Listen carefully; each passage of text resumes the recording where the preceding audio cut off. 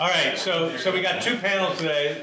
This next panel is broadly methodological in design, but not simply about experimental design or statistics or wouldn't it be good if we had some designs. It's really meant to try and think about broadly like we have been and integratively.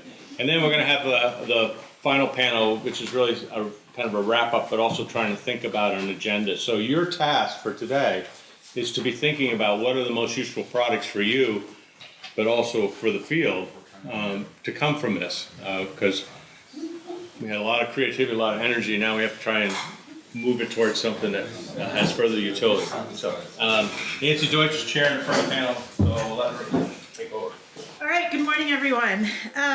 So our panel is critical considerations in a capability-focused approach to intervention, design, and evaluation. And although it is intervention, design, and evaluation, I think we thought a lot about methodology when we sort of put this panel together. And I think it fits nicely with some of the themes that came up yesterday. I'm thinking about I think it was Rich's comment about sort of an ontological systems sort of approach versus methodological reductionism. And I think that's, I suspect that'll be addressed somewhat in what we talk about today.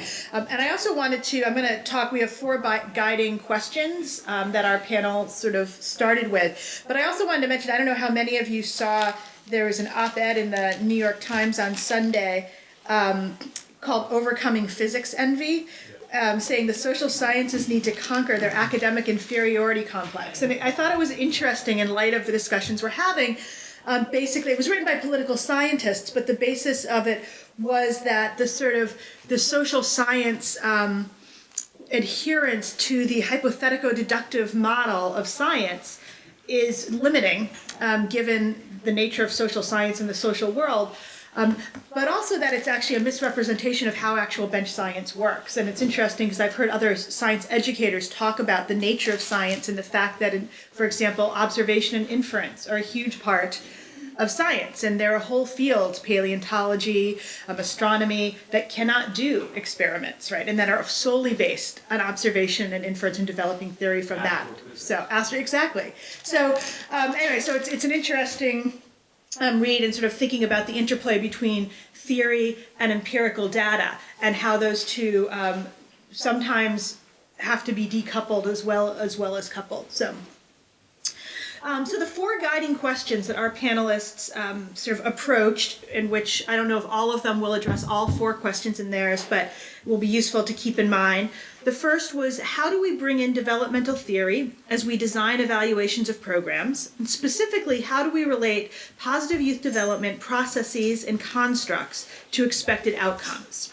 Related to that, how do we resolve the tension between evaluating competencies, promotion, and measuring problem behavior, prevention? So sort of linking to what Joanna brought up yesterday in her talk.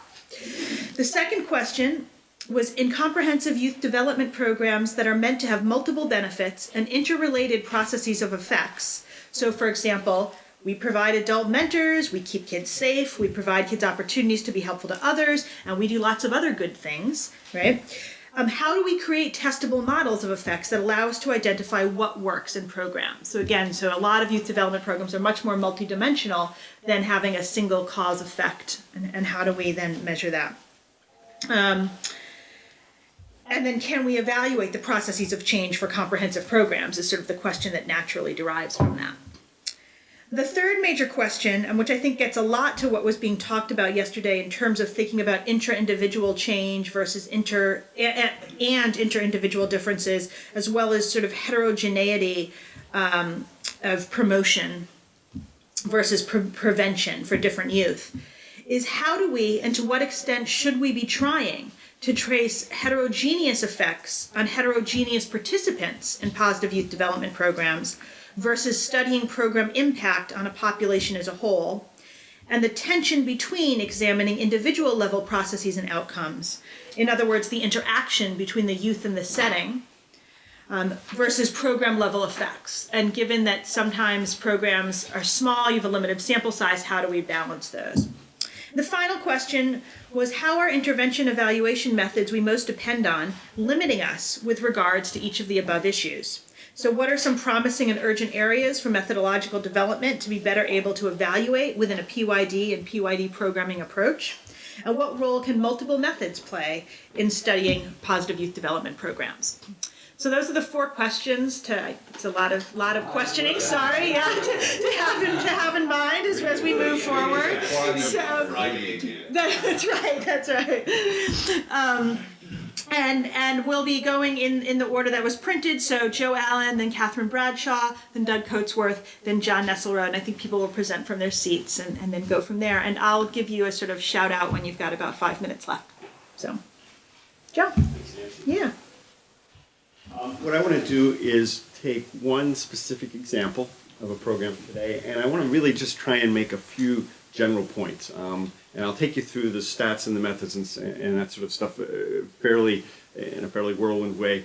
This is work done with my colleague Bob Pianta here at UVA, a number of other collaborators, supported by the William T. Grant Foundation in this form. Currently, it's supported by IES, but it was William T. that really got this program going.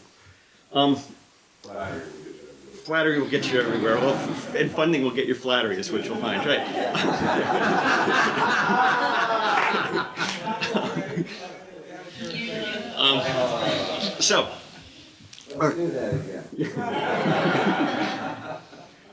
So our question is, can we enhance the naturally occurring settings that youth participate in to affect positive youth development? And can we do it by tailoring settings to the developmental needs of adolescents? Can we think more developmentally as we're doing this? And our case is the secondary school classroom. Willie Sutton, after he was caught, after a long history of bank robbing, was asked why he robbed banks. And his answer was because that's where the money is. We go to schools because that's where the kids are. And they're not the easiest place to work, as a number of you know. But it's where the kids are, and kids are in large numbers. There are 24 million secondary school students in the US, and this is 4 numbers that I sort of drive what we're doing. There's 6 million different individual classes, history classes, social studies classes being taught each week in the US. About a quarter of 9th graders won't finish high school by the end of 12th grade. This is after years and years of work. And then the number that's most disturbing, if we look in the What Works Clearinghouse at the programs that actually have demonstrated efficacy, improving broad teaching quality, how well teachers can interact with their students well enough to actually improve achievement in classrooms, there are none, which I think is a real indictment to some extent of where we have and haven't gone over the past few decades. Schools are a wasted resource. Secondary schools work with students who are at the peak of their processing speed. 17-year-olds process new information about a standard deviation more quickly than the average 50-year-old. Adolescents have remarkable energy, have remarkable curiosity. You put them together with teachers who go there to work with adolescents, who go there because they presumably like teenagers, and what you get year after year is boredom, distrust, alienation, and disengagement on both sides of that aisle. And that is a resource that has a huge amount of potential that's simply untapped.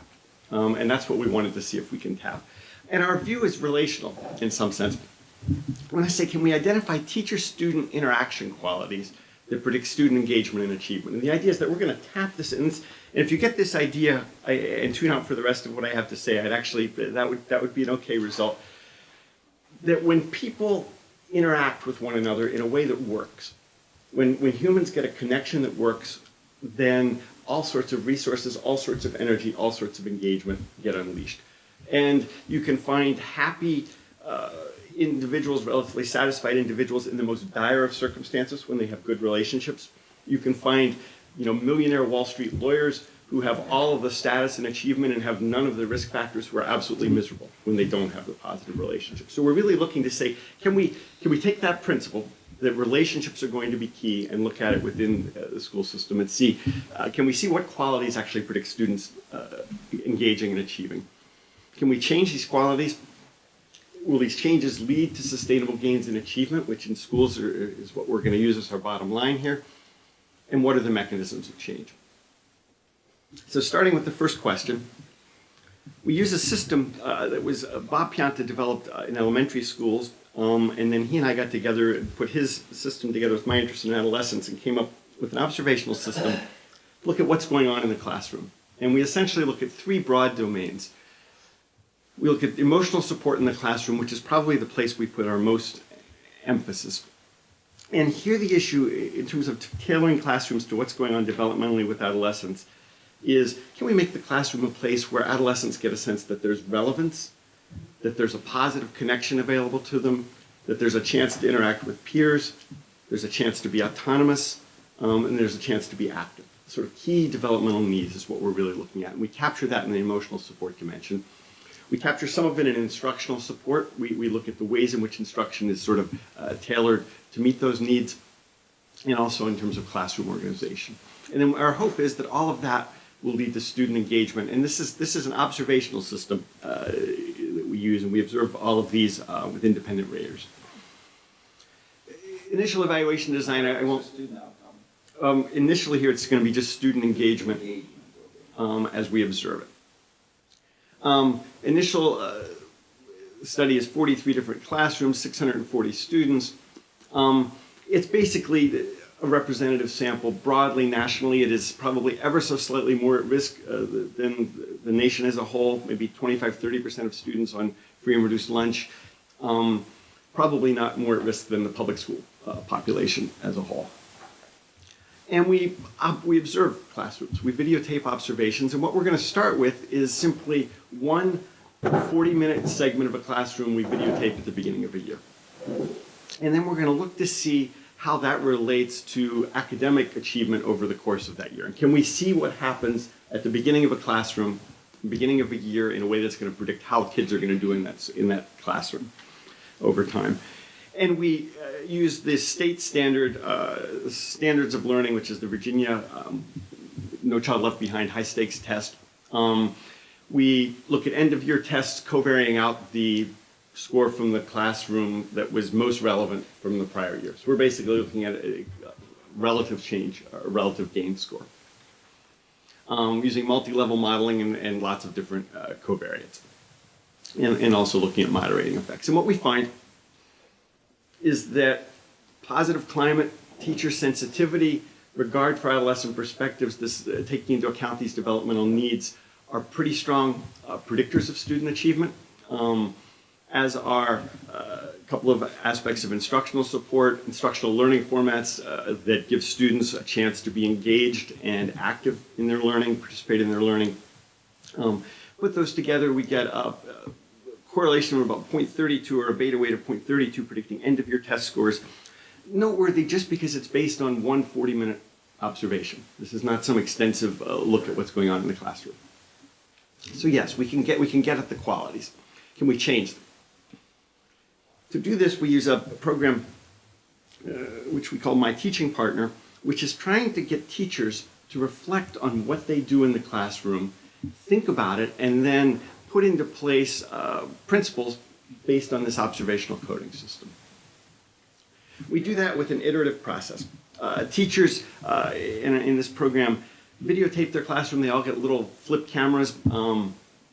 They turn them on for a session.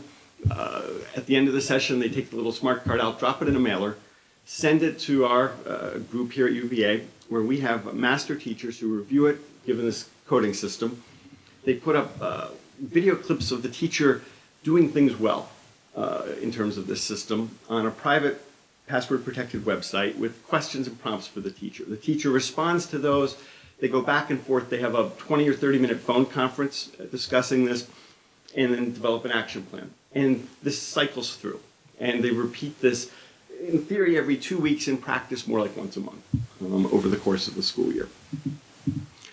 And the idea, in part, is that the teachers come to feel like they actually have a partner in this process. And so we've got a website, we've got a video library that sort of supports all of this. And in terms of changing these qualities, we have 88 classrooms, randomly assigned treatment and control, 2,300 students assessed across a 2-year period. And in year 1, they get basically an introductory workshop and this online consultation. In year 2, there's a booster workshop before the school year starts, and then that's really it. And the control group is just a treatment as usual group. We find as we get no effects in January, and we're not surprised by this. We spend the first 3 months, in essence, of this intervention helping teachers feel safe with this process. If you've been videotaped, you know the first time you're videotaped, it's a stressful process. Teachers are not used to having people extensively observe their work. It's about safety. And so we're working on that. Then we're working on getting them to take up these principles. And it's by the end of the year that we actually see gains, that we actually see changes in our overall composite of quality of student-teacher interaction and of student engagement. Got it. And what you see is that from the beginning of the year to the end of the year, the typical classroom goes down in terms of quality, in terms of both engagement and quality of interactions. The MyTeachingPartner classroom actually held steady, went slightly up, and that's what we get as our intervention effect in terms of the quality of interactions as we're able to observe them. So yes, we can change them. So what does that mean for student achievement? Well, think about the timing of our change, and you'll get a sense of what our year 1 effects are likely to be, which is we have no relationship of the intervention to student achievement in year 1. Makes a lot of sense. We changed the quality of teaching in April. If it was a U.S. history course, they covered all of U.S. history, and they were somewhere in the Reagan administration, lost there when they actually started to, as many of us have been, lost there as the teaching actually took hold, and the changes took hold. We didn't change things until the end of the year. But in year 2, we've now hopefully changed the quality of these teachers' interactions with their students. We're done intervening with them. We have 1 booster workshop, but we're not going to do any interventions in year 2. And here on the standard of learning test, which is normed at a scale of 500 with about a 100 standard deviation, we see the control group over time is from prior year to this year is going slightly down. My teaching partner group starts out equivalent and goes up pretty significantly. It's an effect size of about 0.22. And what's noteworthy is this is after we're finished with the intervention. So this is the 1-year follow-up data. This is what the teachers have taken with them into the next year. And we had teachers focus on, for our analyses, their most difficult class. So that's what this is looking at. There's no reason to think this wouldn't apply to the broad range of the classes that they're teaching. We also wanted to see, in terms of effect sizes, this is about a 9 percentile bump in achievement test scores, from the 50th to the 59th percentile by virtue of being in this program. If it applied equally at all parts of the achievement spectrum, it would reduce failure rates from 14% without the intervention to about 10% with it. So it would cut out a good chunk of the kids failing these tests each year.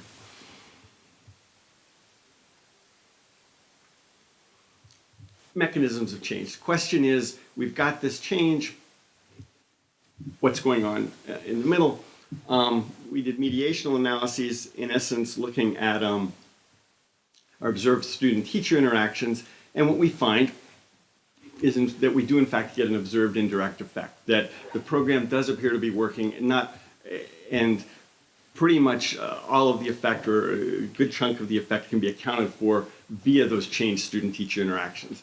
I don't have the slide, but we could also put student engagement up there in that top box as a mediator, and we get the same kind of effect. Now, this obviously, the mediational design only supports causal interpretations because we're not randomly assigning teachers to high and low success in terms of the interactions, as opposed to the intervention design, which is a true experimental design.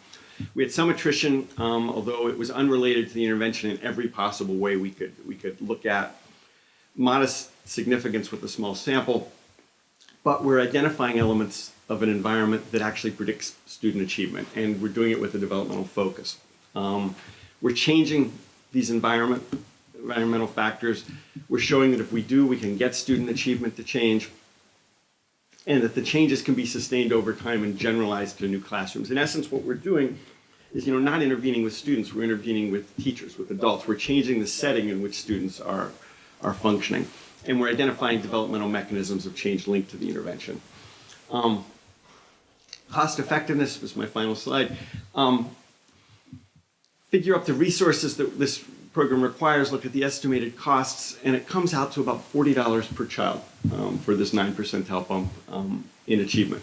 In essence, what we see happening is if we hit this relationship variable, this relationship quality factor hard, we generate enough additional resources in terms of student engagement, in terms of teacher engagement, that we're able to get a really pretty sizable change in student achievement for a pretty modest cost. And that's it. Thank you.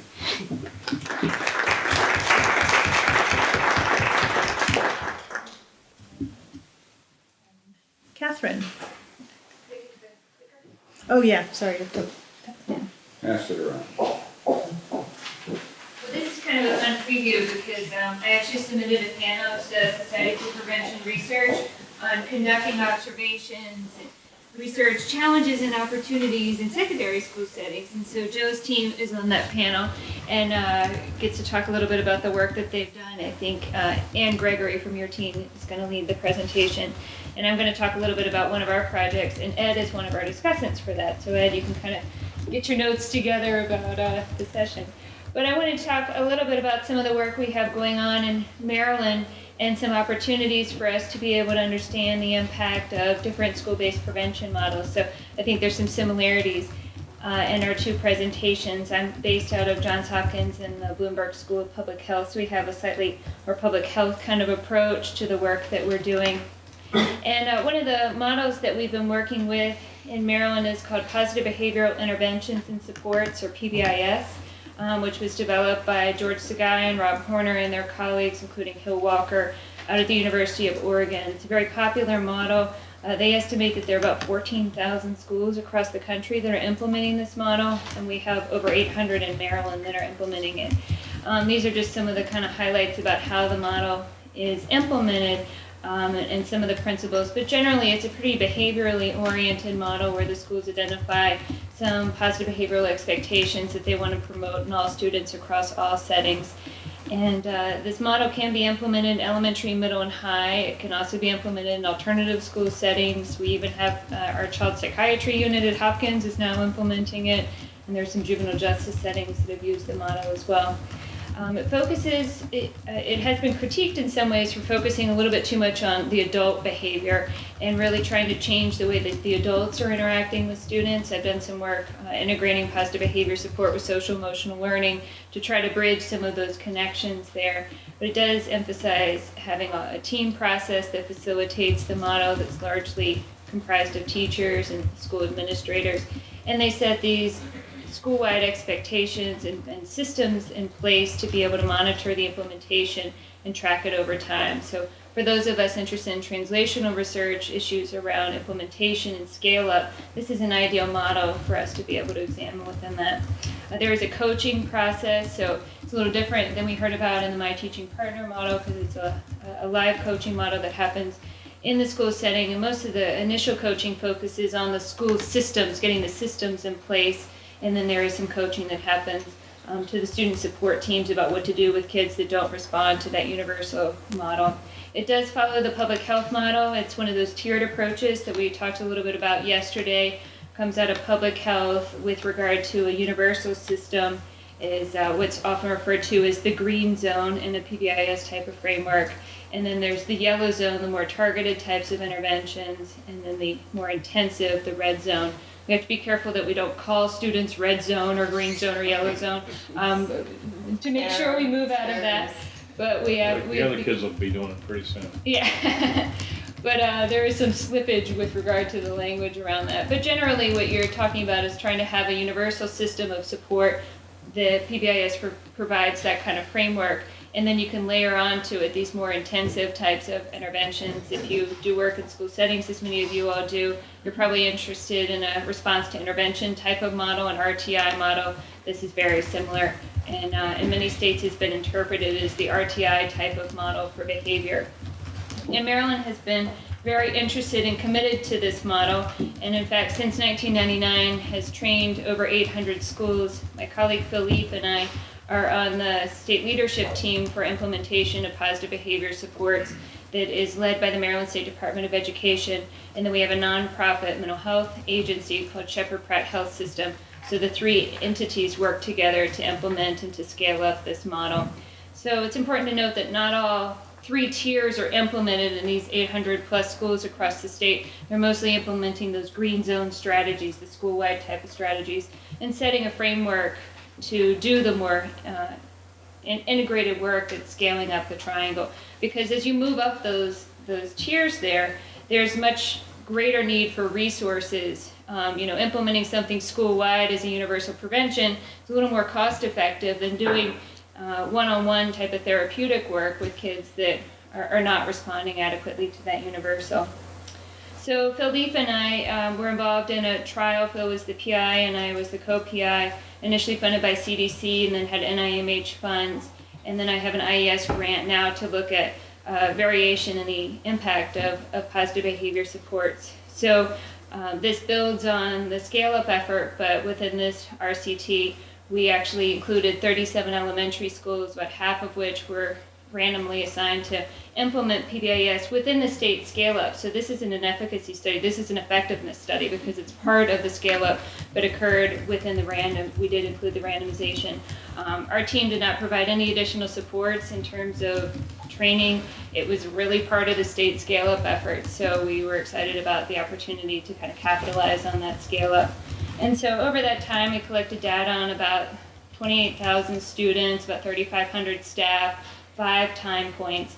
And these findings have been published, so I'll just kind of give you the highlights here. This was at the elementary school level, and I'm going to kind of move into our middle and high school work that we're doing now. But we found significant impacts on the organization of the school, the climate. And I know this is a really important part as we're talking about the context for school environments. How can you change it? You can change the classroom context, as we heard about from Joe, in terms of the supports that are provided one-on-one to a teacher. But these are some changes that can happen systemically within a school that actually improve the overall climate.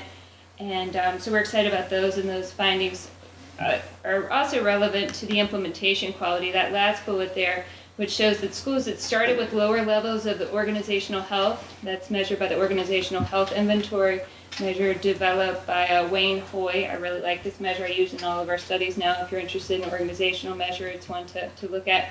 But we found an association between schools that were less organizationally healthy at baseline. It took them longer to implement the program with fidelity, but they actually improved the most. So that's one of my favorite findings, is to kind of see that connection between the context, the fidelity, and the actual areas, the improvement. With regard to student outcomes, we found a number of main effects of the intervention, including things like suspensions, office discipline referrals. That's what's typically examined within a PBIS framework. We also found significant impacts on academic performance using the state standardized test. And then more recently, we have a series of papers, including one that just came out in Archives of Pediatric and Adolescent Medicine, and another one that's very close to getting accepted in pediatrics, we'll keep our fingers crossed there, that show impacts of teacher ratings of students' behavior using the TOCA, the Teacher Observation of Classroom Adaptation, that Nick Ialongo talked about yesterday. So we're excited about those. Also, what's interesting, kind of in keeping with one of the themes about variation and impact, some of the analyses we've done with the IES funding is use things like latent class analysis to examine baseline profiles of kids that might be at greater risk. And what we find is while we do have some main effects, and I'm always a little anxious about saying, well, our effect sizes of these models is usually just about 0.2, but after yesterday in our mentoring, I'm feeling pretty good about a 0.2 for a universal kind of intervention. But what we actually did is we disaggregated the data using the latent class profile, or latent profile analysis, and we, without getting too far into the details, what we're seeing is actually those at-risk and high-risk students, a red and a green zone, a red zone and yellow zone kind of kids, are actually the ones that are experiencing the most improvements through PBIS, even though it's a universal. But what we think is the environment is improving, so that way the green zone kids can't get any better. And that's that washout effect that we're seeing for the universal. But that context is being improved, making the yellow zone kids look a little bit more green zone, and the same for the red zone. And moving into some of our work in the middle schools, the schools in Maryland are very troubled, as we are nationally, about disproportionality. In education, we think we define disproportionality by looking at disparities with regard to academic performance, special education service utilization, as well as behavior problems, finding an overrepresentation of ethnic minority students. In Maryland, our largest ethnic minority group is African American students, and one of our school districts is actually operating now under an Office of Civil Rights negotiated agreement with the NAACP around disproportionality. And so we have a really good partnership in place. And so when I was talking to some of our partners about what should we be doing next for our grants, and one of my partners said, we've got to deal with this OCR thing. Can you do something to help us with that? So I said, yeah, well, let's write a grant to IES to try to address issues around disproportionality. So we're using the PBIS framework and focused on providing professional development about student engagement, particularly with an interest in trying to engage culturally and linguistically diverse students in the classroom. And then we're doing some coaching one-on-one with teachers about how can they address issues of culture in class within their classroom context and be more engaging.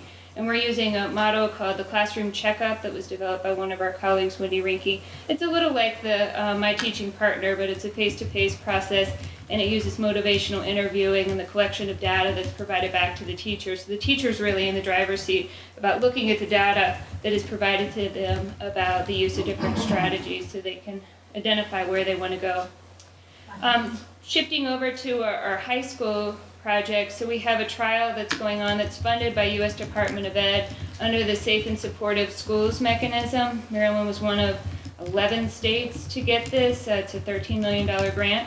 And our state agreed to do a random assignment within the context of this trial. So we really modeled this after the Communities That Care model, creating an adaptive approach that schools would get information about what kind of risks and protective factors are present within the students, and then select across a menu of different evidence-based programs that they get to choose, and there's a coaching model that is provided. So we had our baseline data collection for the trial this past spring, and we are now collecting our first year follow-up.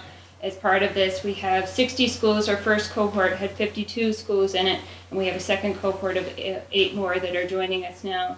And they're across 11 different school districts. So if you're not familiar with Maryland, I circled DC just so you can see. Maryland's kind of a very funny state. I joke probably inappropriately that Maryland has parts of other states that other states didn't want, because it actually exceeds down into that's Delaware. So I've marked all the schools here, but you can see we have way down south of the DC area, we have schools on the eastern shore, and then way up towards Pennsylvania and West Virginia. So we really do have quite a spread in terms of the geography across the state, which makes it hard to be able to collect observational data across the state like that, which I'll talk a little bit about some of that work.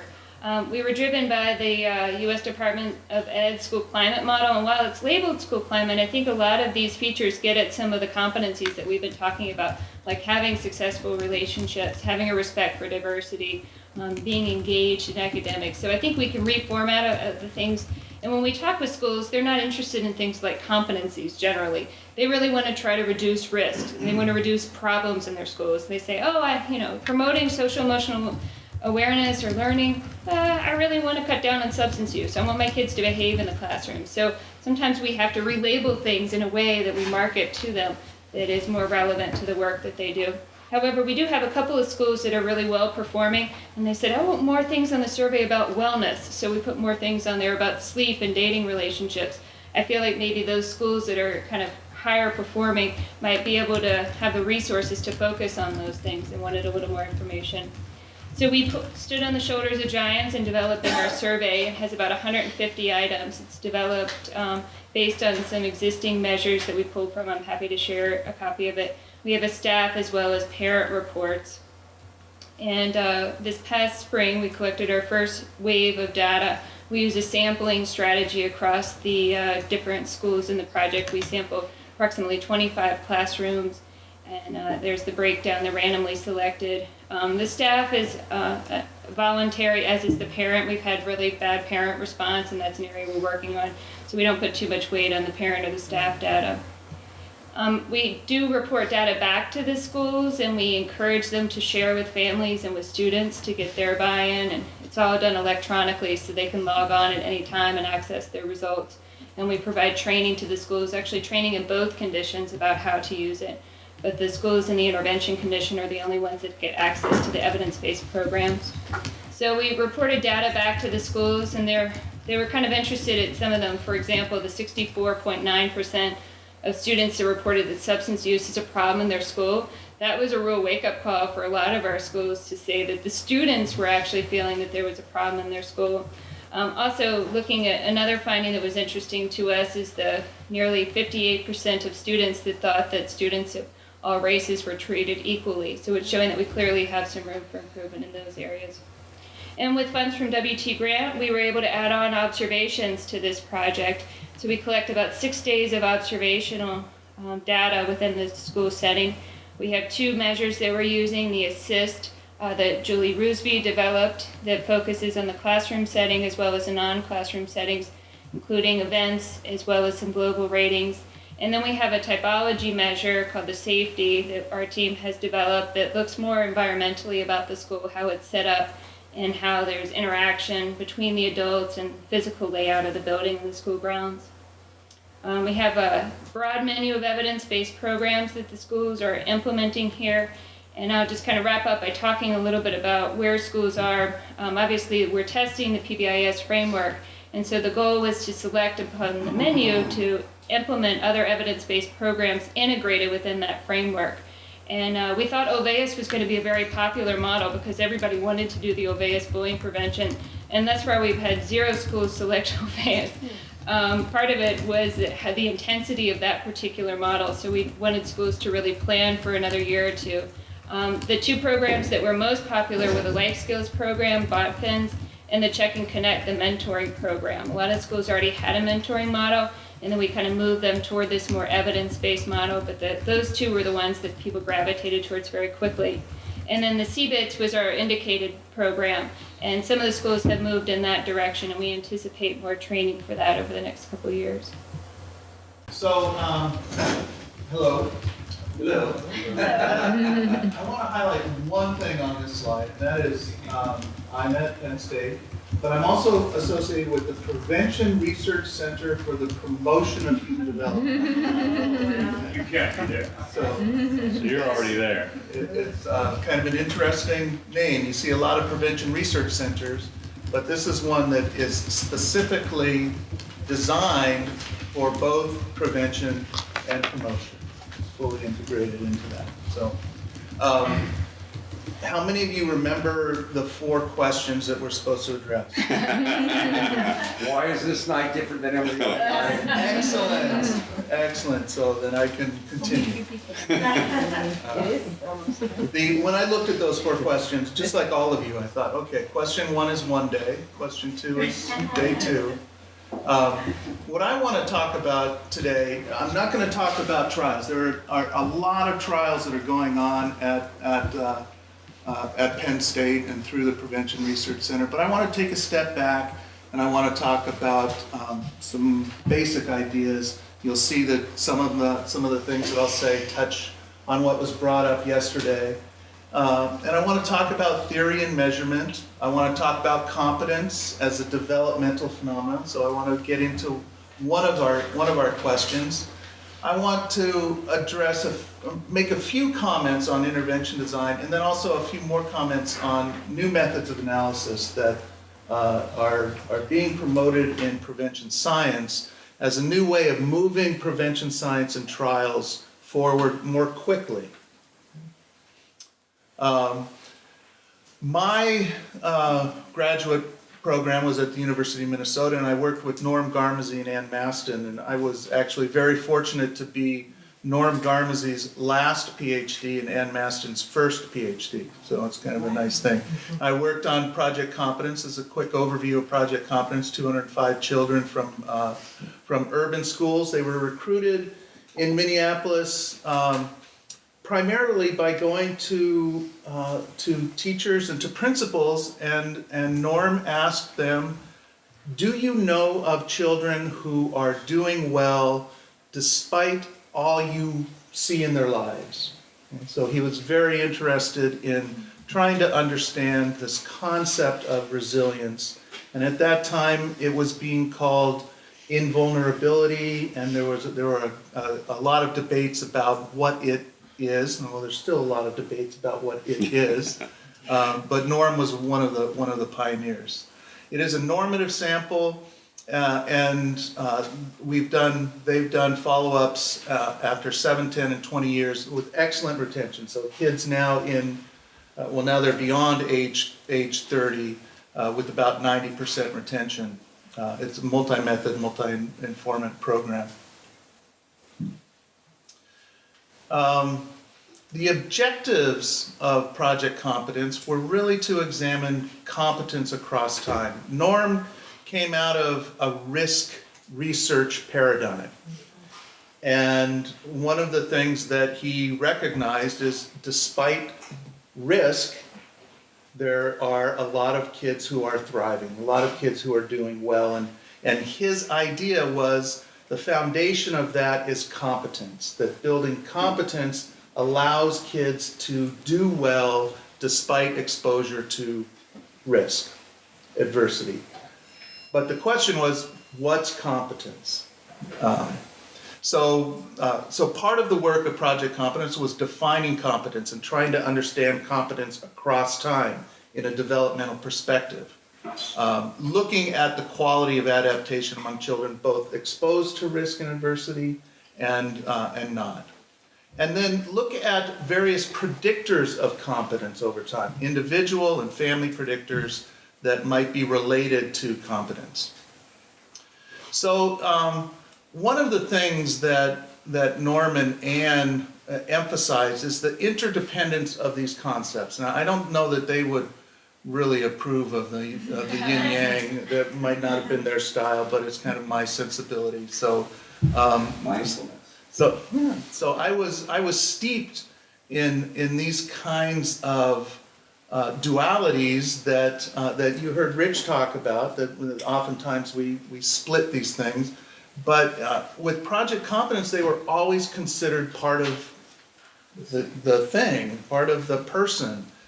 Risk and protection went hand in hand. Competence and problems went hand in hand, and prevention and promotion. Project Competence was not an intervention. They thought that it might influence prevention and promotion, but it wasn't intended primarily to do that.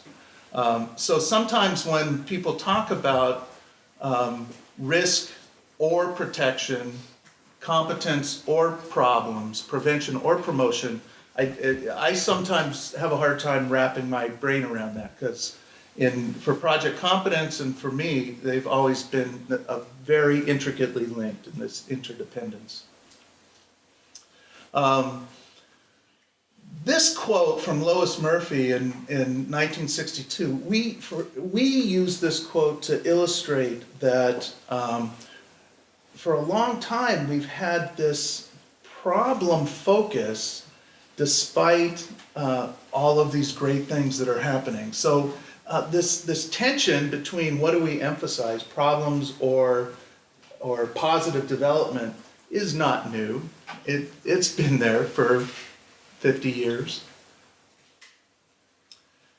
One of the things that Project Competence was steeped in is competence in developmental theory. What do we mean by competence? And going back in the literature, we drew from a couple of very influential studies, Kohlberg's study, and this was a review essentially, to look at what predicted adult adjustment from childhood measures. And they looked at a variety of different things, and what they found were broad indicators of social and academic adjustment were some of the best predictors. So that was a foundational piece in designing Project Competence. And also the study of adult development was influential in the sense that this is a fantastic study following the control group of the Gluck and Gluck study of delinquency, and their team found that boyhood competence, which was a composite of all of these various things, was the strongest predictor of early adult adaptation. When you looked at what predicted work and positive social relations and what predicted to few emotional problems. It was this composite called boyhood competence. So one of the things that I want to emphasize here in how we think about developmental theory or competence in developmental theory are levels of definition. So in Project Competence, we defined it as a very broad construct. And this is one approach to defining competence. And Nancy mentioned yesterday that there are a lot of definitions of competence, and that's absolutely true. This is one approach that we took, and we took it as effective performance in developmental tasks. And we use the developmental task models of Erickson and Havikhurst and Alan Srofe. And one of the implications here is that the tasks will vary across development. Okay? What we're gauging effective performance against will vary at different points in the life sequence, okay? The lifespan. Not too different from what you might hear from Shep Kellum in his life fields theory. But it also suggests that what we look at as indicators of competence will wax and wane. So for example, in adolescence, we wanted to assess work competence. Okay? But what we found was the work in adolescence has varied meanings, and it's really an emerging dimension of effective performance. So some kids are working and doing very well in a job. Other kids choose not to be in the job because they want to study and go to college. And so they're very, very different kinds of things. But in early adulthood and adulthood, that becomes a very prominent and salient dimension. Okay.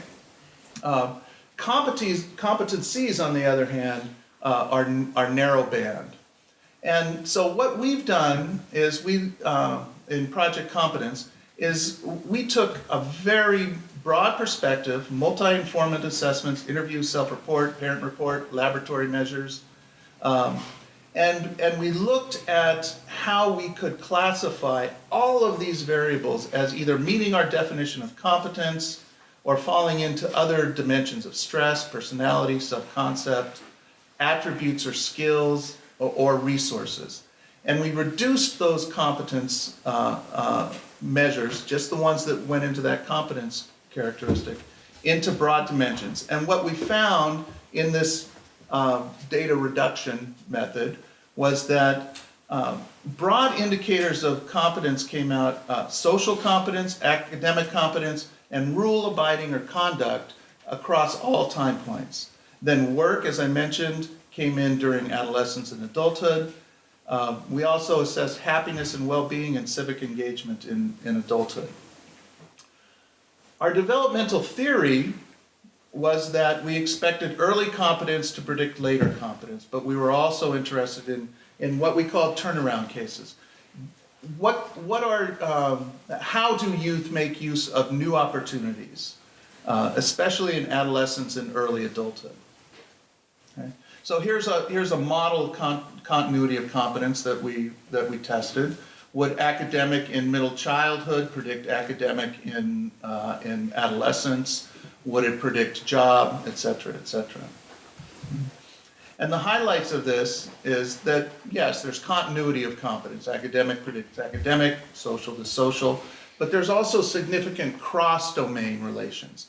Conduct in middle childhood predicts to academic and job performance later on. Okay. Adolescent predictors of adult and work romantic relationships, we found that work and romantic relationships in adolescence were not predictive of adulthood, work, and romantic relationships. But the competence in friendship and competence in academic did predict those domains. Likewise, skills, attributes, and resources predicted concurrently and longitudinally. So this is the different level of analysis or level of theory that we were trying to get to. So I'll put up this list of what Ann Maston talks about as adaptive systems. And in this list of adaptive systems, you'll see significant overlap with Nancy's list of characteristics of competencies. Ann talks about the systems. Nancy mentioned specific competencies, but you see a self-regulation system. You see learning. You see an attachment system. So there's an interpersonal relationship system. Okay? Family system, school system, cultural system. And when these are in place and operating effectively, they predict competence under adversity or not. So even kids who are under adversity, if they have these kinds of natural resources and natural systems in place, they're doing well.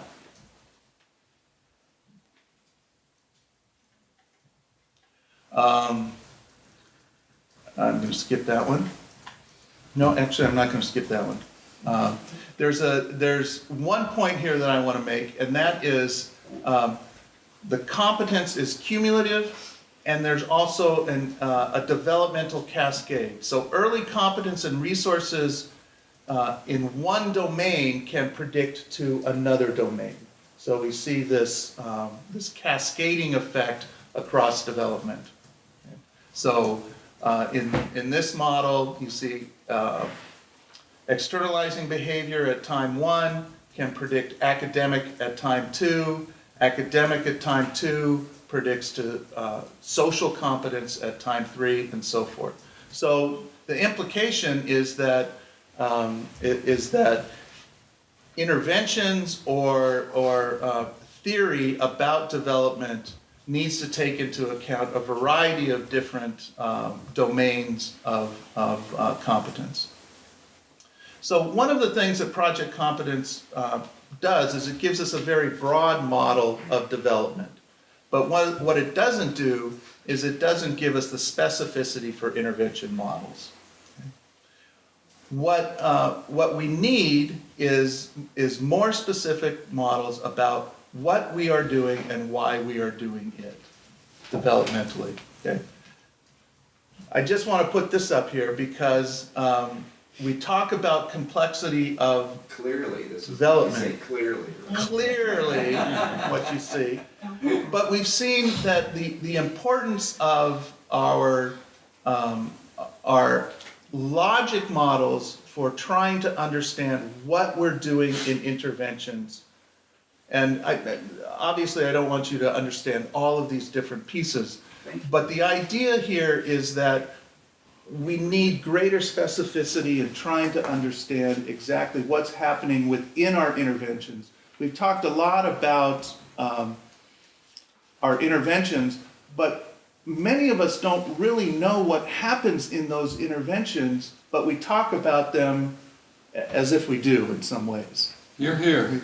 So I think it's very important for us to take a step back and understand what's happening in the program modules and how that's intended to influence the risk factors and the protective factors and have that kind of sequential cumulative effect. So these logic models are very critical and something that I think we need to build towards. And I will stop there, even though I have more slides.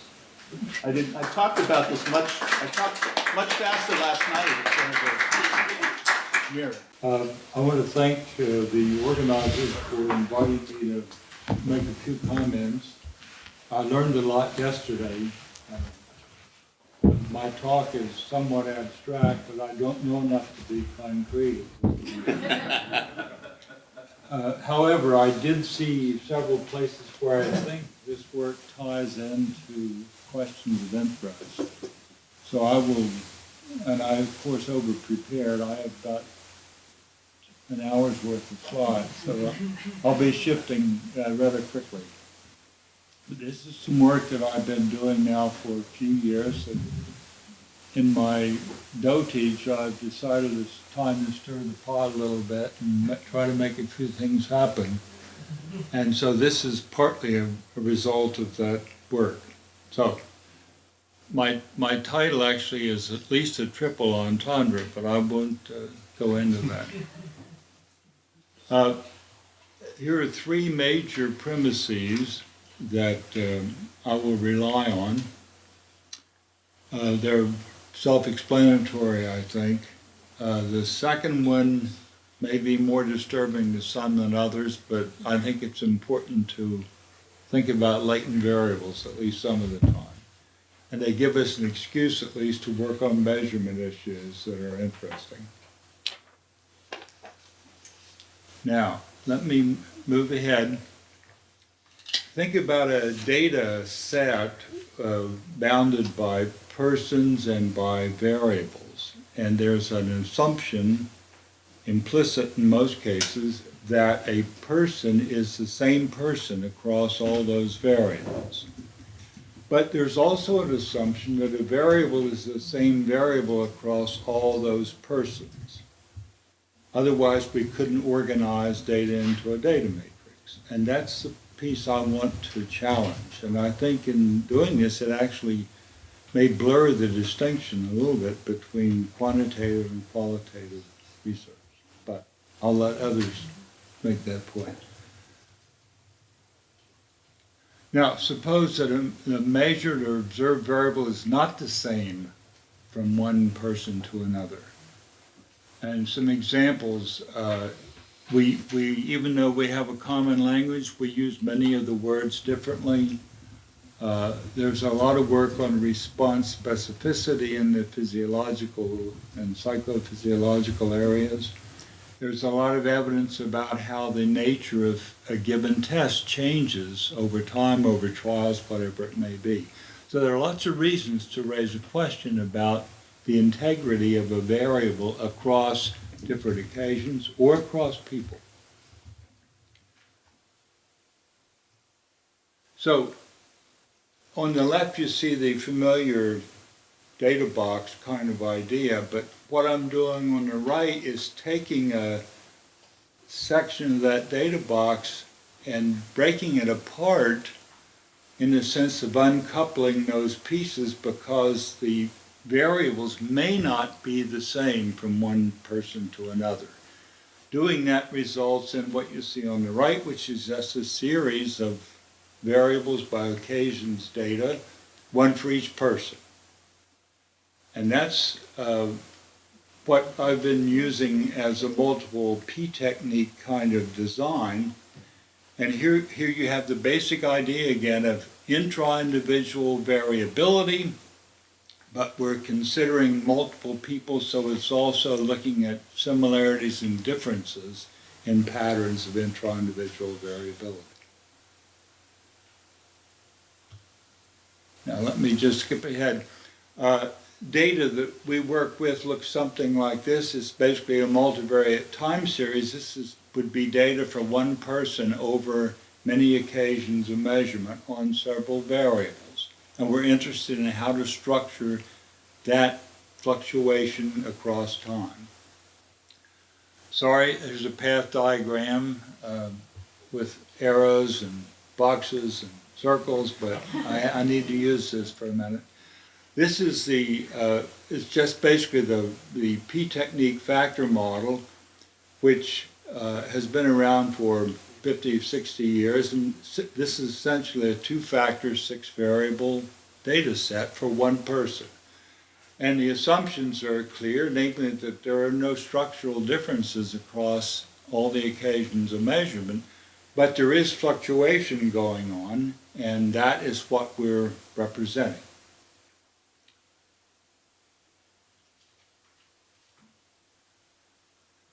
Now, so coming back to the basic question, invariance is necessary in some kind of scientific framework if we want to talk about things of some kind of permanence. The traditional use of this term has been to fit models or try to fit models where the relations between the latent variables or the circles and the manifest variables or the squares, where those relations are the same from one person to another, from one occasion to another, and so on.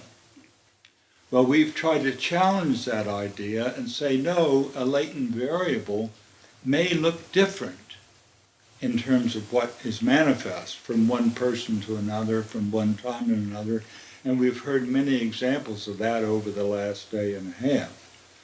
So what we've tried to do then is fit models where we put the invariant relations among the latent variables. As you see, alpha, beta, and gamma are meant to imply the same relationship among the latent variables, but if you look in the middle of the diagram, it implies that the pattern of manifestations of those latent variables may differ from one person to another. We have fit this model.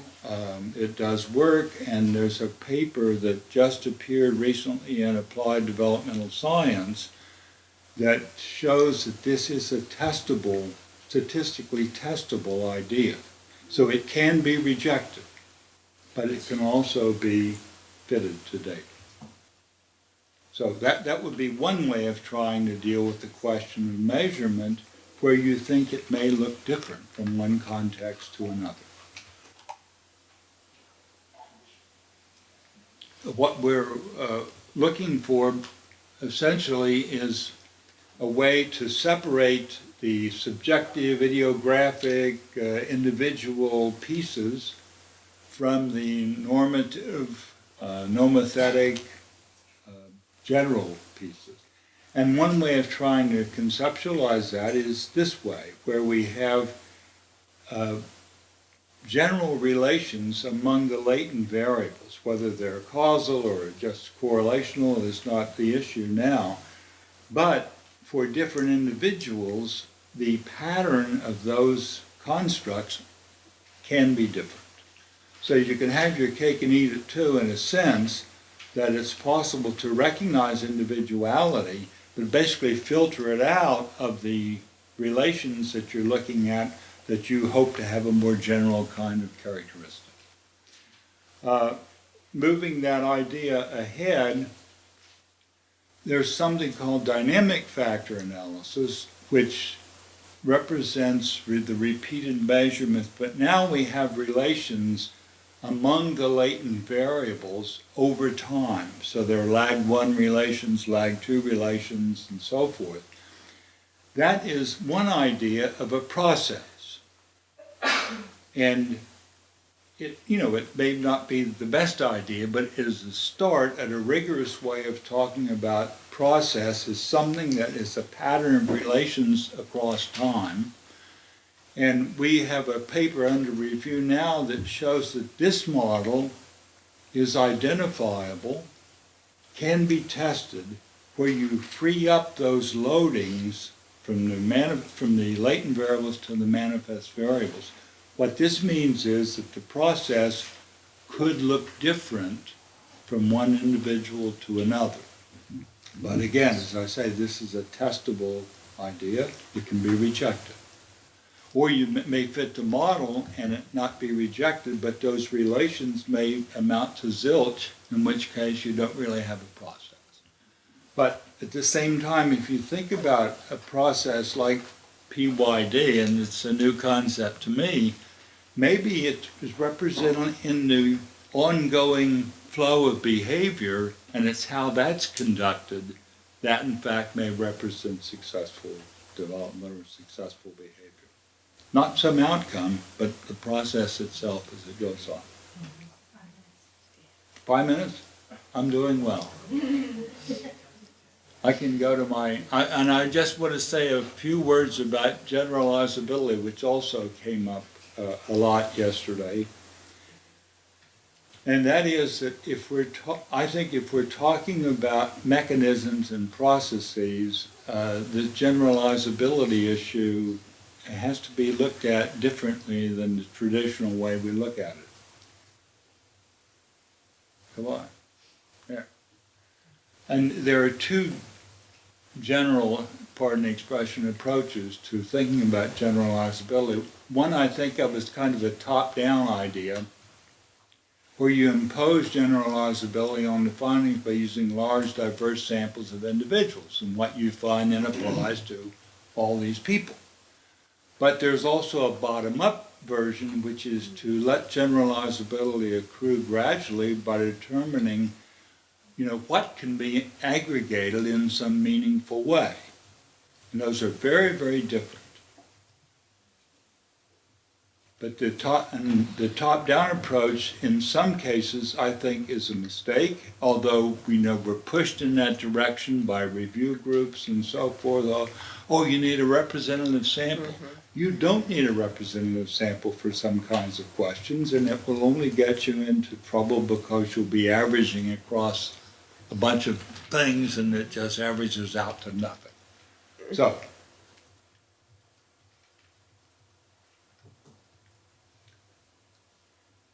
I anticipated myself. Wash out. Now, let me close by saying that as I've thought about this, there are two extremes to be avoided, but they kind of characterize the situation. And the top-down generalizability extreme is where we learn or study less and less about more and more people till we know nothing about everybody. And the bottom-up version is we learn more and more about fewer and fewer people till we know everything about no one. Avoid those extremes, but somewhere in the middle, there is a place to work. Thank you. I will keep track of who wants to speak. So, Reed, it looks like you are going to start us off then. Yeah, I wanted to go back to the questions that we started out with. Yeah. Seems like we had a lot about multidimensionality, and I really liked John's paper on heterogeneity and the challenges of that. I didn't see much in the first question of theory. And Nancy, you started with the New York Times article, and we're not going to come up with a general theory of relativity, although the general theory of relativity involves some really, really complicated math. We're trying to use much simpler math. Anyway, I wanted to ask the authors what their theory was. And I also didn't feel like I learned a lot about positive youth development, so it seemed like it was inductive approaches, but I probably missed it, so I would like to invite people to address that first question. Well, you heard my disclaimer. Yes, No, we want you to do the whole thing. Come on, let's do all of it. I did learn a lot. I love the cone at the end, the more and more about less and less, or less and less about nothing. That was fantastic. I think, from our perspective, the theory, and I think the physics op-ed is kind of apropos here. The theory is at a pretty simplistic stage, simple and simplistic still, which is our theory is really twofold. One is the central importance of relationship and interaction, that if you're thinking about adolescence, you engage them with another human being, interacting with them in a positive way, and that can be enhanced. That those interactions are not something that are just a given, even though they are in most cases, we can actually enhance them. And then the second piece is that adolescents have certain developmental needs that, for autonomy, for connection, for peer interaction, for a bias toward action, and for some sense of the relevance of what they're doing. And what's striking, if you look at schools, secondary schools, is the extent to which those needs are pretty much ignored across the board. That teachers will teach algebra to students, or history, or science, and never even make a passing nod as to why you might care to learn this. And so, to the extent that we address those needs, like I said, I think theory in some sense makes it seem too much. It seems more like a no-brainer in some sense, that if you address these very basic needs, you engage people more in the setting. And then the setting itself is one that's obviously very important. So you're an attachment theorist. I am, yes. I would say, basic attachment patterns start at a really early age. And yet you've kind of taken that out of here, and it's like it can be recreated for anybody and everybody. Yeah, I'm thrilled you asked me that question. Because yes, there because there are different attachment patterns that I have looked at across ages. But what's more striking to me about attachment is that we are hardwired to attach, that we don't have a choice about it. And that, if you look at adults, the data are that adults who are socially isolated, social isolation in adulthood, not having people you can connect with, is a bigger risk factor for early mortality than cigarette smoking and obesity. And that's because biologically we're hardwired to be connected to other people. The flip side of that is when you tap into that hardwiring, to that connection, there's magic that happens. There's a level at which we light up and come alive, and parts of our brain come into play that wouldn't otherwise. And so from that perspective, I'm very much an attachment theorist as I think about this kind of work. And I think what we need to do is tap into that natural desire to attach on the part of adolescents, which they do with each other.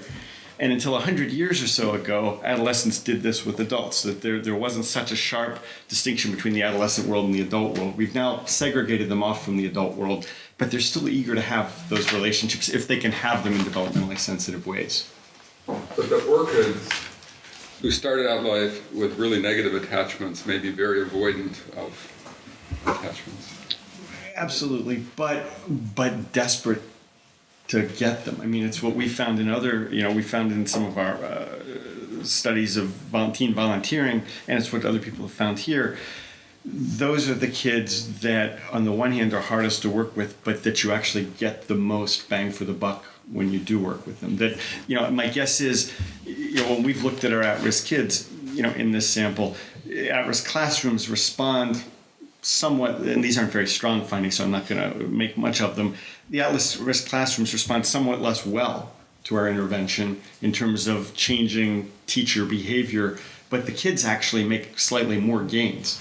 Kind of like my finding on the school, the organizational context of the school influenced not only the implementation quality, but how much room they had for improvement. Right. The uptake is tougher, but when you get the uptake, you get a bigger effect, after that. I think in the literature on resilience, the most powerful protective factor is having some positive relationship with a caring adult.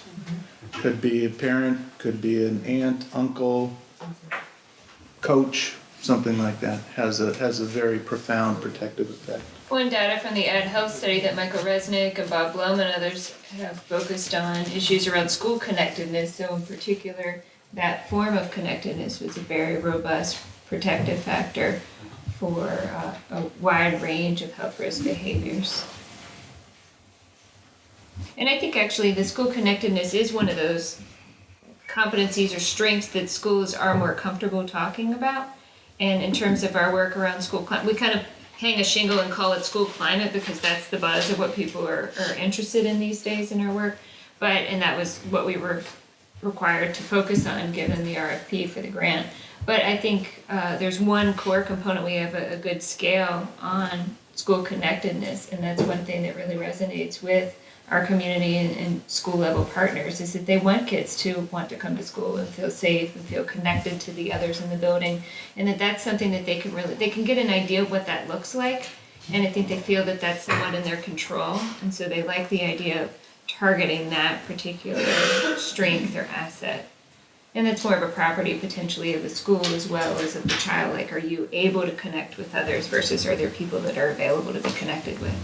But there is a kind of connectedness or relationship scale, or that was one of the 5 competencies that you presented on yesterday. It was a little bit more about relationships, but the connectedness was a theme within that. What's interesting is it's a property of the context and it's a property of the youth. Yeah. Sometimes we don't clarify that. And that's one way it's nice to talk about within the context of climate is that you want to be able to think about an environment where you're promoting connections, but then you also have to have youth that are emotionally available to connect with others. Yeah. Feel that they're kind of excluded. Or who they connect to, as you brought up gang membership the other day, that you get connected to the kind of wrong group. Bonding is only good in the It depends on who you're bonding. Yeah, the context of the bonding is important, so. Right, so Good, thank you. we have Steve, then Ann, then Patrick is the order I saw them go up in, so. Okay. I wanted to try, John, I'm very intrigued by what you're trying to do and not necessarily capable of taking it all in, but it reminded me of an early experience, which we all know are very influential. The first study I did post-doctorate was a small study of 2 small programs for which I didn't have good measures. We're talking about a long time ago, folks, so the whole field was young then. Basically, I interviewed parents and teachers about the kids who were in the program to ask them whether they'd seen anything going on that might have come from the program. Teachers were hopeless. They didn't know the kids well enough to say anything about them. Parents all, when I went through my list of questions, said, well, no, she's always been like that, or, well, yeah, there's been a little bit of change, but, he's a year older now than when he started. Got nothing from all that until I asked my residual question, which was something about, well, how has the program been like for you? The greatest thing that's ever happened to him. And each one of the parents, this was universal, every one of the parents thought this program was spectacular, and everyone told me a story about why it was spectacular, but all the stories were different. She's always been in her big sister's shadow. She learned how to do photography, got a chance to teach her big sister something. He's always been isolated. He became the business manager in this program. People looked up to him, connected with him. She loved pottery and didn't have any way to pursue that. Now she's going to go on to college because she was able to have a mentor who taught her pot. They were all different. And I thought of 2 things in terms of evaluation. One is that if you aggregate all those different changes, then you come up with nothing. And yet, if you were thinking from the program design perspective, what would be better than a program that meets the individual needs of each individual participant? So does your approach help to deal with that kind of variation in what happens to kids in a program? That's my hope, yes, that it must be possible to talk basically at 2 levels. At a common level, which is going to, I think, involve abstract concepts of some sort. But you get at those through some more manifest or observable level. And that's where the breakdown is. The way we typically do things is to focus on the observables and make sure we have the same observable in all these different people or all these different contexts. And that, even if you do find it, it doesn't necessarily mean it's really the same. Yesterday, someone talked about perceptions being more important than the actual context. And this is an attempt, at least, to find a way to deal with that bifurcation. Yeah. But your example is a very nice example. It's been a long search, thank you. Can I just jump in on this, which is what I heard in response to my question, is almost a kind of Maslow hierarchy, that you take care of people's needs, and then, this is your part, there's an emergent of lots of different narratives, that once you have those needs taken care of, then the person emerges, they're more able to be an active producer, and so forth, in their own way. And I think it may be part of the explanation for the low effect size for mentoring, because we know mentoring has all kinds of different effects, and it may be that it's having a big effect in some areas for some kids, but not in other areas for the same kids. So again, when you aggregate, it's modest effects for a lot of kids. Yeah, let me just continue my talk just for a minute. But part of the modeling we're trying to do, when we force those interrelations among the constructs to be the same from one person to another, that implies that if you were to factor analyze those interrelations, when that's typically done, it's called a second order factor analysis. you get exactly the same thing for all these different people or all these different occasions because you started with the same correlation pattern. There are procedures whereby you can, and those are simply more general constructs then. But there are well-known procedures for taking those more general concepts or constructs and projecting them back onto the original variables. Now what you've got is a tailored set of relations between the observed or the manifest variables and those higher order constructs. And it's going to be different for everybody. But you have that linkage established that you can, I think you can use to argue that, well, but it's the same higher order construct in all these cases. It just looks different when you look out in the real world. You're gonna have to send the papers, John. You're gonna have to send the papers. John, are you talking about so there's different relations between the manifest variables and the first order factors, or there's different relations between the first order factors and the second order? No, there's different relations between the manifest variables and the first order. Okay, that's all right. No, but the first orders come on to common second orders. Okay, yeah, that's what I wanted to clarify. Yeah. Okay.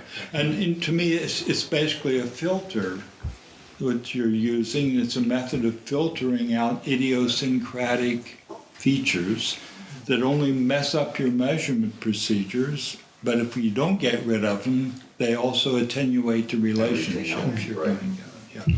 And so I would also make an argument for, as the primarily qualitative and mixed methods researcher in the bunch, that's actually another argument for using multiple methods. And I'm actually thinking about so some of the qualitative work we've done on the program that Joanna was talking about yesterday, the Young Women Leaders Program. And I think one of the things that we were surprised about when we looked at the quantitative data initially was that the main effects that seemed to be found were in academics with a couple of others, but mostly academics for a program that doesn't focus on academics. And I was like, well, wait, this doesn't make any sense. This program is based on competence, connection, and autonomy. There's all this, and we're not finding the results there. And then when we interviewed girls, and we've got two cohorts of girls. We've got like 100 plus girls interviewed post-program about changes that they've made. Interviewed them about a lot of things, but one part of that is changes they've made. And we ask it in two ways. We ask, have you changed all over the course of 7th grade? Bottom line, like we first don't ask about the program, and then what do you think caused that? And then later in the interview, we ask specifically about any changes that they think they made because of the program. And some girls spontaneously attribute change in that first question. When you say, did you change it all in 7th grade? They'll say yes, and they'll tell you. And then you say why, and they'll say, well, in Young Women Leaders, we did X, and then, and other girls don't attribute it, but then later when you ask them about program change, they will talk about things. And what we found was that there was, the changes that they talked about were the exact kinds of changes that we expected based on the program, and in some ways were very different. But that they, which I think sort of is going to link a little bit, John, what you were saying in a qualitative way, but that we could, when we looked at the kind of changes they made, they did aggregate up to larger secondary constructs. So if we said, okay, well, actually, what all of this is about is, these sort of various different themes are actually all about self-regulation. And these different themes are all about relational development, but they're coming out in different ways and in ways in which our measures weren't going to capture because of the nuances of the ways the girls experienced it and the sort of more hammer-like, for lack of a better word, measures that we were using to get at those constructs. So it allowed us to sort of think more broadly, I think, about. If I could also just jump in on John's point. John and I have been talking about these ideas. He's been sort of intriguing me with them and making me think about them for a few years now. In terms that are similar to what we use, attachment theorists talk about the strange situation and the coding behavior, not in terms of do you do X behavior or do Y behavior, but how our behavior is organized overall. And there might be different patterns of organization that if you just looked at variables and sort of and added them up in a factor structure, you wouldn't get at it. You have to look at sort of the organization. Or the other analogy that I think works for me, if you think about relationships and how they're important, if Rico as an adolescent is really attached to a particular teacher and Stephen has a strong best friendship and Joanna is really close to her parents, it may be that how those relationships track over time is going to be most important for how they function. But it's going to be different with each of them. And so you need the second order factor that in essence says key relationship. And that loads differently on which of those relationships is the key relationship. Dad, teacher, friend, right? Right. The function is the same for all of the relationships, but they're different relationships. Well, and it's not as though, well, you just take each of these 4 relationships and they each load a quarter onto this factor. It's like one of them loads 1.0 for you and the others don't. And it's a different one for each of you that loads. And so that's very different than what factor analysis or structural equation modeling would get us. Yeah. Yeah, one of my favorite theorists, B.F. Skinner, his work showed the relationship between acquisition, the conditions under which a response was acquired, and the extinction curve was really robust, even though the observable in one case was a pigeon pecking with its beak and the other case was a rat pressing with its paw. But the relation of those abstractions was exactly the same. So, if you only look at the manifest variables, who would think a rat and a pigeon would have that much in common? But they have the same function. Anne. Great session, very thought-provoking. And I was struck by your beginning comment about the New York Times thing with physics envy. Physicists, of course, are still working on Einstein's hypotheses, and billions of dollars from the US plus billions from other countries go into the apparatus to test these things, like the latest, there's the Large Hadron Collider in Switzerland, but also there are now several, the LIGO is the US one, Laser Interferometer Gravitational Observatory. And based on a hypothesis that's never been tested, things that have never been observed, and so far they haven't found any, and it's been going on. We funded the first thing when I was at NSF in Clinton 1. So I envy that part of physics. But I do think that the field models that we should be looking to, especially for funding, but for ways that we conduct our research, are like global climate change, the biological environmental area. And I was so struck when I was at NSF that they have long-term ecological research sites that really is a sort of Bronfenbrenner model of embedded factors, and then they've gotten the billions needed to do the analysis, and for a while my hobby horse was that no social scientists were using supercomputers, and now of course increasingly we've got them in our laptops, sometimes our smartphones, so it's less of an issue, but still, as a field writ large, we have avoided tackling the questions in an integrated way because we think it's more than we can handle, and we don't use collaborative groups, we don't, and so I think as another method thing to think about, we should. And I don't know who will fund it. I think there are big funding issues, and I've worked mightily on some of these things, and they sort of collapse, in part because of peer review, and in part because of funder reluctance. At NSF, the Social Behavioral Economic Directorate is divided into little fiefdoms. It's never changed, and it's a nightmare. I think right now I don't want to go there. And it's not NICHD that I was going to talk about. But I still think that if we only think small, that's what we'll get. So that's on the grand science end. I do think, and there have been conversations that we've had about having a network to look at things with different samples in different countries. I really think that's right. I think that's how we'll begin to get traction, but we always back away from it. And, I've sort of done my battles. I don't know if I'm ready to be the leader on this again, but I do think we should think about it. because other fields get it, and in part, I think our fields are gutless at the national level, and not developmentalists in particular, but I think especially developmental science would benefit by thinking this way. Shifting to the other end, the models that John talks about,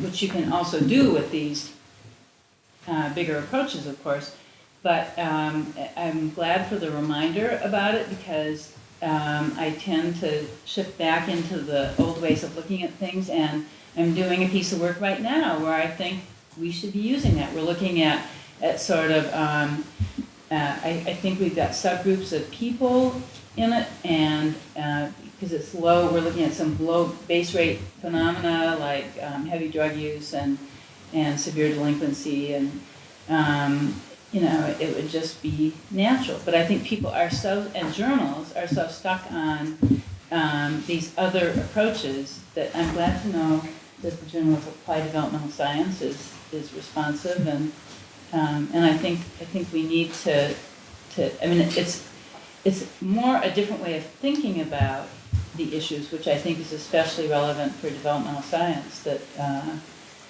we should stay focused on. And just a final comment on that, all the individualized medicine work is really very much akin to this, and that's what we're finding, that the body works in a way that it's the individual confluence of factors that conditions our responses, reactions, and there's every reason to believe that it's happening. I mean, we know that biology is the flip side of behavior, and so I think looking at the big payoff in that field, we really need to be doing it more. Actually use that example in the longer version of my talk, Ah, in the 28-minute version. yeah. I'd love to see it. I just want to say that John has a virtual open invitation to publish more of this work in ADS precisely for that. Yeah, I need yeah. to get it out to our field, Yeah, the work that he's doing. So consider us again, John, as an outlet. yeah. Impulse control. It's hard because these are very engaging comments at each point. And self-regulation, I believe, is one of the comments. So I guess I start with in reaction to what Ann was talking about and what was just bubbling up here. When prevention scientists started to get together with prevention methodologists, or methodologists who were interested in trying to do prevention in the early 90s, it was almost the same kind of feeling in the room. We had some phenomena we knew was important, and it was kind of like what treatment was like, but it was really different. And the conversation, probably one of the most critical things I think in the development is what was called the Prevention Science Methodology Group, which was literally methodologists and substantive people meeting and us trying to explain what we were trying to find out, and them explaining back to us how they could think about it methodologically. And then they'd go off and develop models that, for example, a substantial portion of M+ development came out of those meetings, and Banks attendance at those meetings. And it was Shep Kellum and other people saying, well, I'm really looking at offline was the term he used when he meant I don't want to look at the media, I want to look at the small group. And we're also we want to understand development as ongoing, and these are things now that I suspect everybody's like, oh yeah, but at that time it was a bit of a new issue. My point being is, I think this is coincident in the sense of, I think that we're in the same position with this, where we've got some model from prevention science we can build off of, but we really need a methods substantive interaction over time. I was thinking about your model, which does win for the most things in the boxes, I think. But I thought that is along the theme of what John and Nancy have been talking about, of you're trying to build up. I think I would say your problem with your model is that you're trying to talk about a heterogeneous population and a multitudinal intervention. And therefore, you're really not talking about a specific test of a specific theory. You're talking about what are the many things that people can get that many people can get, which is this building up kind of idea. And I think I'm hoping that's a thing that this group and the positive youth development could spur, because that is different from what prevention has been doing, but it certainly could feed back into it. The other thing I think that the other comment I want to make is when you were going back and forth about your theory, that it's really about the kid's attachment to the teachers by virtue of their relationship. Well, yes, but, and this goes to the comment of one good adult makes a difference. There's no test I know of that shows that one good adult makes a difference. There are many tests of good adults being well supervised and trained and supported in what they're doing to do the kinds of things that help kids behave and learn better, then it happens. But it's, and if you look at psychotherapy literature, it's not that having a great relationship makes people suddenly get better. If you don't have a good relationship, they don't stick around long enough to do the work that makes them be able to get better. And so my point is that I think we need to respect and maybe even honor that there are these pieces that have to be there for the interventions. There is some mix of relational based, but also competencies and skills that really do make a difference. It does matter what that teacher does. And this is the thing I was wondering about, would we think it was really meritorious science to not try and care about whether the teacher liked the kid or not, or the kids liked the teacher or not, but if they just were competent teachers, versus let's just go in and tell them, get along with kids, be nice to them, but not give them that extra piece about here's how to be a really good teacher. Because theoretically, that would be a very valuable study. I think from a helping kids perspective, everybody would think that's a big waste of time. Who cares if that's what you find out? So I wanted to throw that out as something that, in this struggle we have to be theoretical and scientific versus we want to really do programs that make a difference. So are you saying that you think that the relationship is a necessary but not sufficient criteria for? That's my belief, but I don't think that hypothesis has been tested. Mm-hmm. I mean, what we found was that the relationship got kids to, we found evidence that suggested the relationship got kids to engage. But then the question is what they engage with. Mm-hmm. And so, if you're talking an inept teacher who's only interested in relationships, the relationship is not teaching the kid math. Right. Right. A master teacher who has no social skills. But the teacher with no social skills, you can have, the variance. I'm convinced in adolescence in school, the variance is about student motivation. That you can have the best teacher in the world if you have a kid who doesn't want to do their homework for whatever reason. So this you're in trouble. theoretical contention is But- really but right. interesting.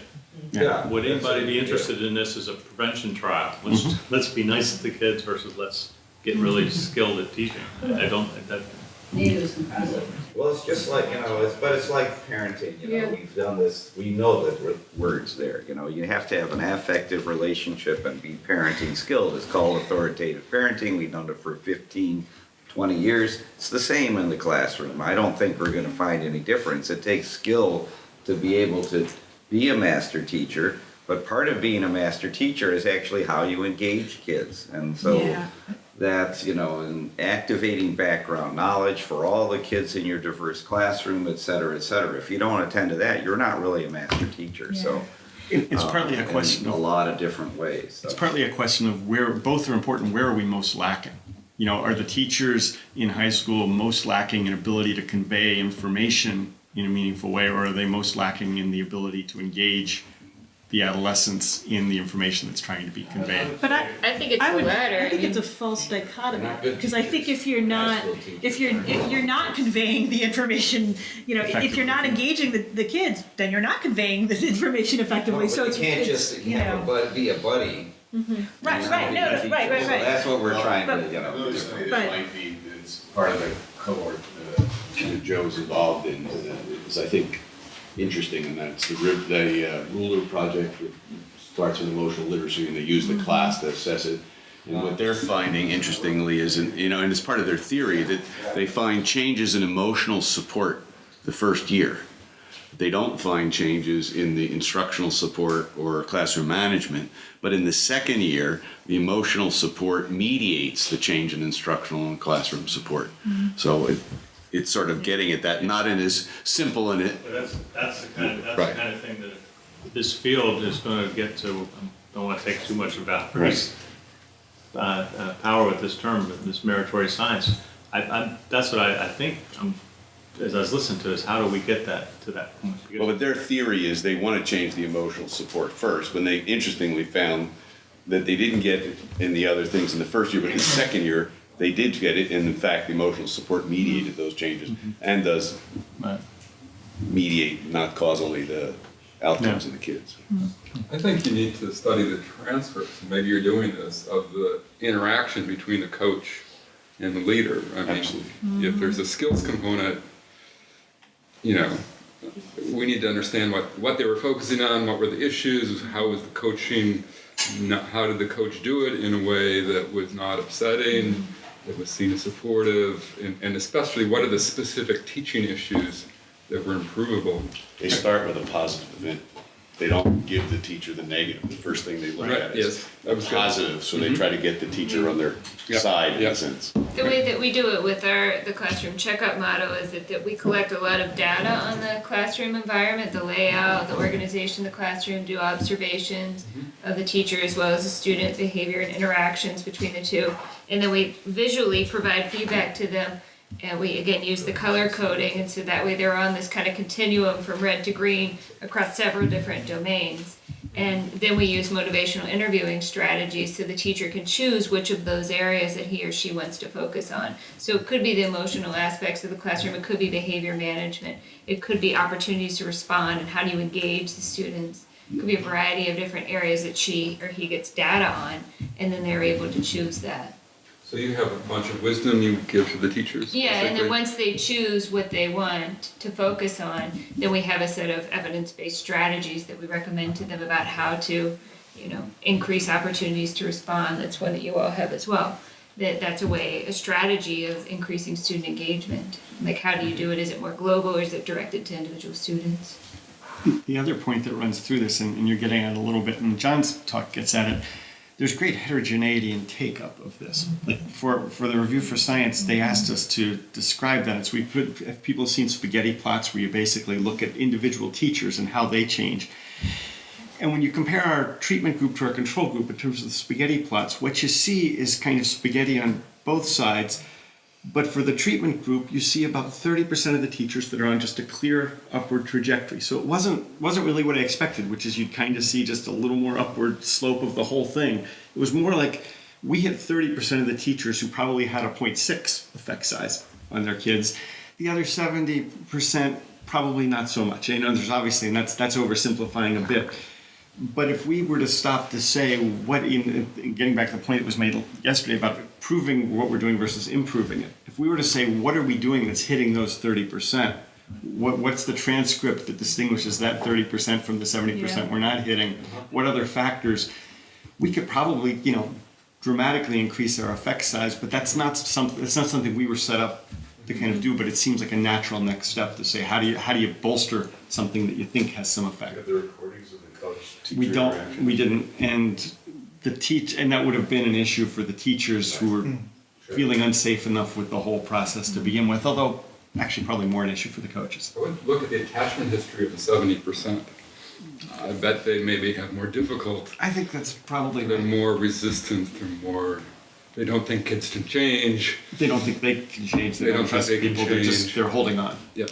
We have a grant that builds off of a trial that Nick Ialago directs. It's integrating the good behavior game with the social emotional learning curriculum paths.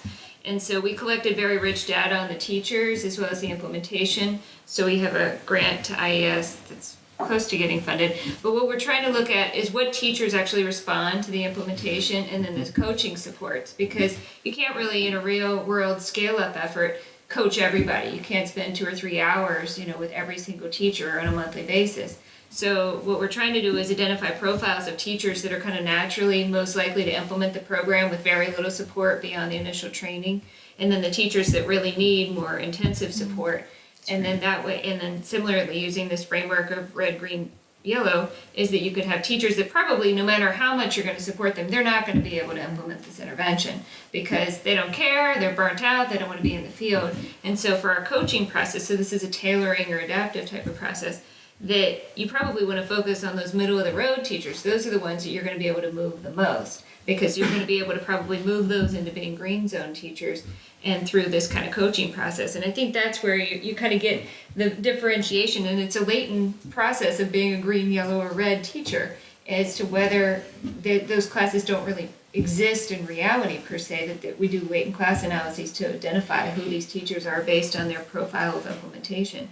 But by administering kind of screeners at the beginning, we could actually identify which teachers are probably going to be low implementers. So rather than waiting for them to be low implementers, we could tailor that process from the beginning, the coaching process, and say, this is probably going to be a low implementing teacher, or this is a teacher that's burnt out, has mental health problems, and whatever, needs mindfulness training or something else that we're not really providing within the context. And maybe we kind of do something else for those teachers versus our coaching type of process. So I think, this builds on some of the work that Linda Collins and Susan Murphy have done kind of generally about adaptive or tailored kind of interventions. There was a tailoring process that happened as part of Fast Track where they had the family data that they mapped on different elements of the family type of intervention based on the risk factors. So I think there's some interest, and this goes back to personalized prevention or personalized medicine, is that there isn't going to be one size fits all.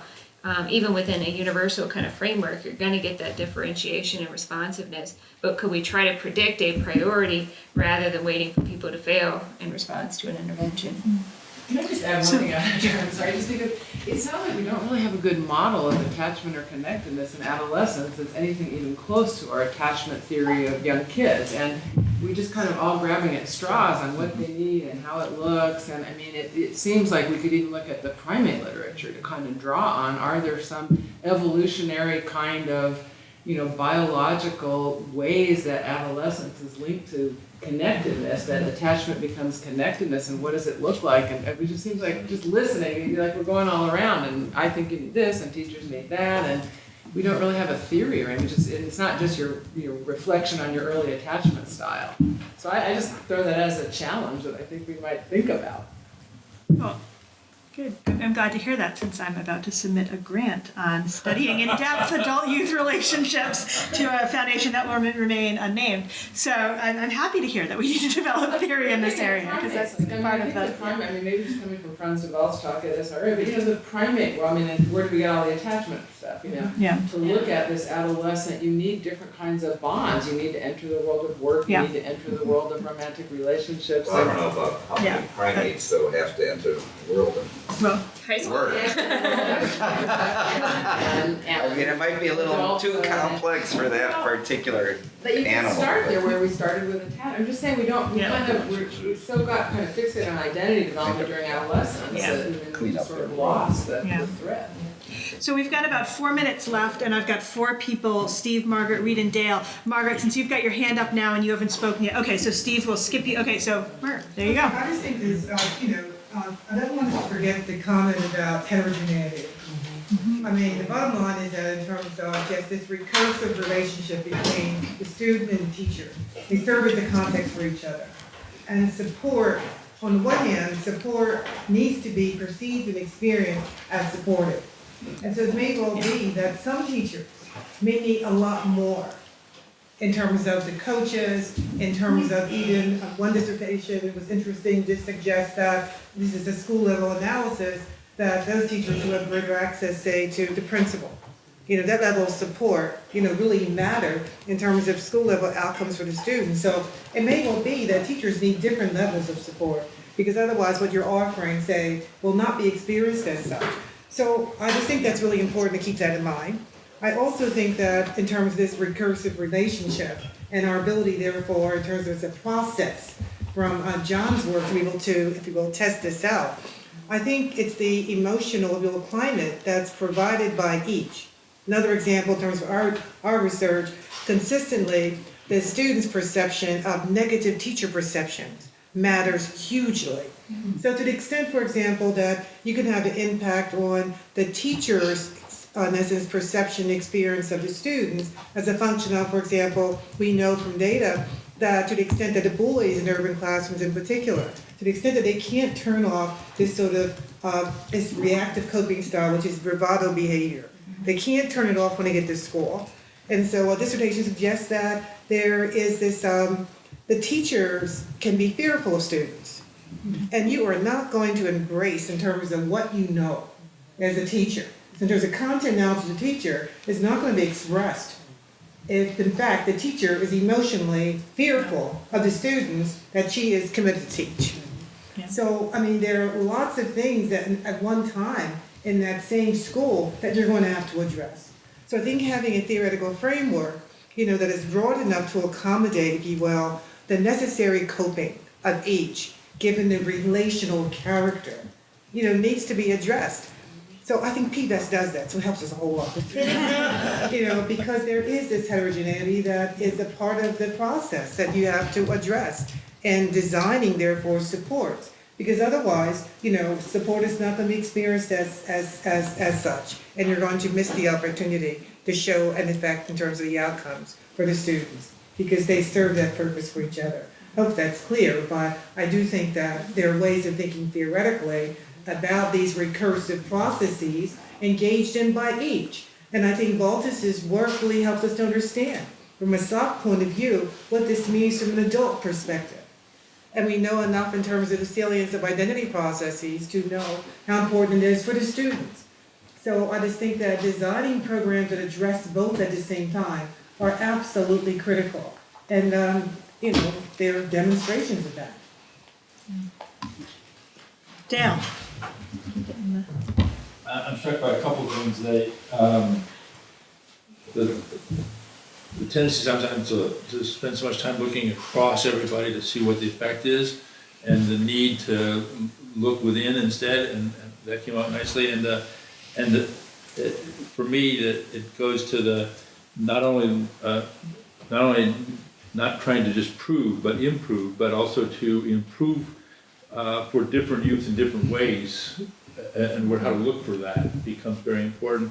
I'm also struck by some of your comments, Anne, around some of the things we increasingly identify, and your comment, Patrick, some of the things we increasingly identify as really important, but not I'll say politically popular, meaning that we run in the out of school time area, we run into a lot of things around the effect's got to be direct. It's got to be, this does this and then it has this consequence. And most of the things aren't that way.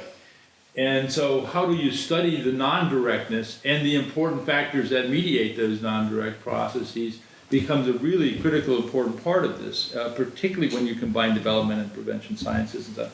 And lastly, an area I know virtually nothing about, but I find it interesting in the conversation, the ways I've heard teaching changing with technology, where kids now go to find the person that can teach them a concept online. So if I want to learn a key algebra concept, I don't rely on my algebra teacher. I go and there's 400 lectures on how to teach this concept in algebra. I find the one I can relate to. I learn that and I come back into the classroom and I'm relating to my teacher about a concept I've now learned, not from that teacher, but about it. And that kind of possibility changes the whole issue you're talking about.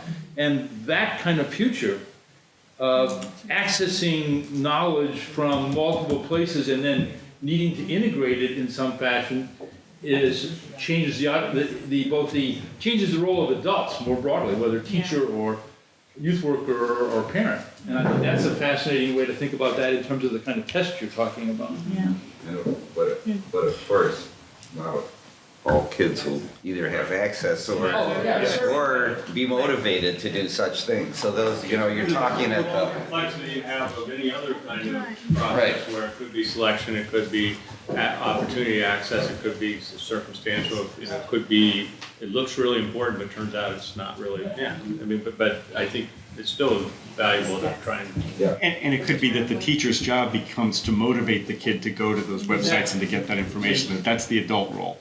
And systems, the systems we have force us to think in the ways we're thinking. And what's happening is some of those ways of thinking and doing. So the digital access is huge, but the digital access is being solved in countries with a lot less wealth than we have. Yeah. And you just, if you change the way you believe kids will learn, you'll change the systems potentially, unless the systems are so powerful that they're self-vested, which of course is part of the problem in any existing system, not just school. So I think we need to, I know both Steve and Reed had last comments. I think in the interest of making sure people get a break before the next panel, we've gone a little bit over. So if you, There, because I was gonna say, if you guys want to throw out your comments, and maybe people feel free to get up and start moving around as they need to. So yeah, so go ahead, Reed, and then Steve. No pressure. Right. Yeah. Go ahead. Much of what I was going to say was said by Margaret and Dale, but I wanted to stress that these were all really great papers, and these are really important findings. I think all of what we're saying is, okay, here's some next steps that we need to look at. You know, we want to go and explain more variants and go further. So really good papers. Yes. Stephen, good. One observation is the importance of effects that kick in later than we usually look. So the need for funders to fund the second and third year of a longitudinal study. The other is the several prevention science studies taking place in schools, which many of the people, certainly not me, in the field of youth development define as not youth development. I mean, and for many practitioners, youth development is what happens outside of school time. So if it's in school, we're not talking youth development. It's a crazy position, but it's widely held.